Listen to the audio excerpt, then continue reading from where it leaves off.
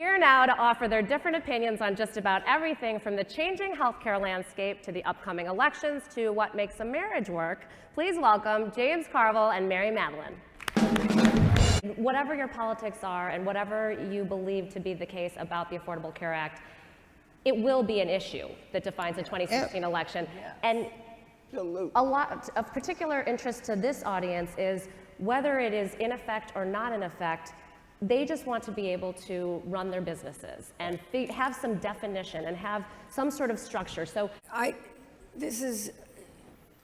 feel your pain on needing to have clarity. That's one of the large problems and one of the issues in the political opposition. There is no clarity any more than there is in Dodd-Frank. They're still writing the rules, okay?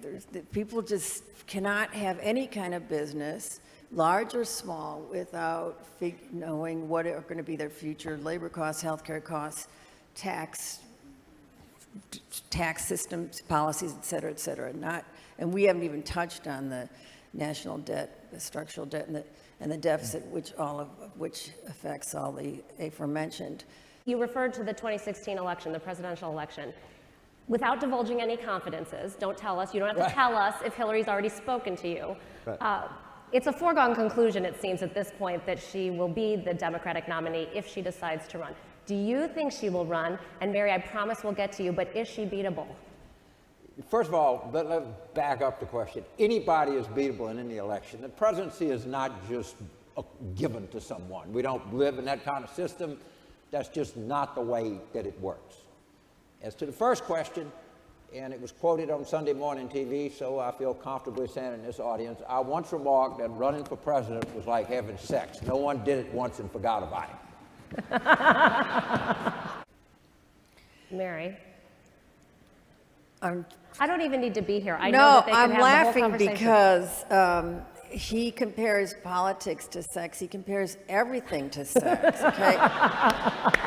We've been married 22 years. We're at the age where we can live without sex. We can't live without our glasses. So but I asked him this morning on the way over here. I'm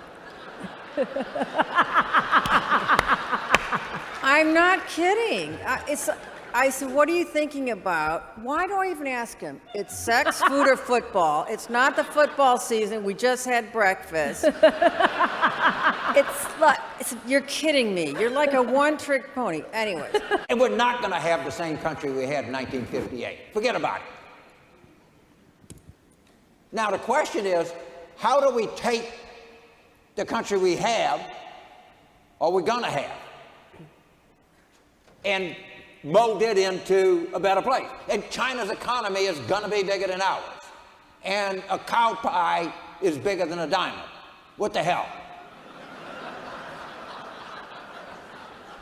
But somebody at some point has got to stand up and say, it ain't going to be the same. Okay, well, I know it's not going to be the same. I know that media sensationalizes. It does feed into, oh, I'm right, and a lack of education to some respect. But let's get back to one of the other issues that I think is of particular importance to this audience. And notwithstanding everybody's different politics, do you think that Congress will be able to come together in some way and tackle Social Security and Medicare, the issue to ensure the sustainability? I hope not. Not for a little while. I think there's a lot of problems that we have. Mary, I'm going to go out on a limb and say that you probably have an opinion about this. As the resident apocalyptic declinist here, I'm pretty sure at my age, I ain't changing wives, political parties, or sexual orientation. I'm pretty much stuck where I am. What did I tell you? Sex, food, football. It's almost lunchtime. I'll tell you what strikes you. He is a bigger crier than I am. Do you remember, I don't mean to end this on a sour note or a morbid note, but when our beloved Tim died, which is right to remove it, so we were asked to do the Sunday show, the eulogy show.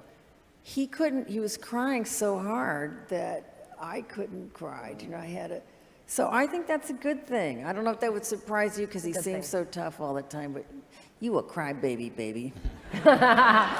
Thank you for joining us today. You bring so much energy to the political arena, and we all so appreciate you being here. Thank you so much.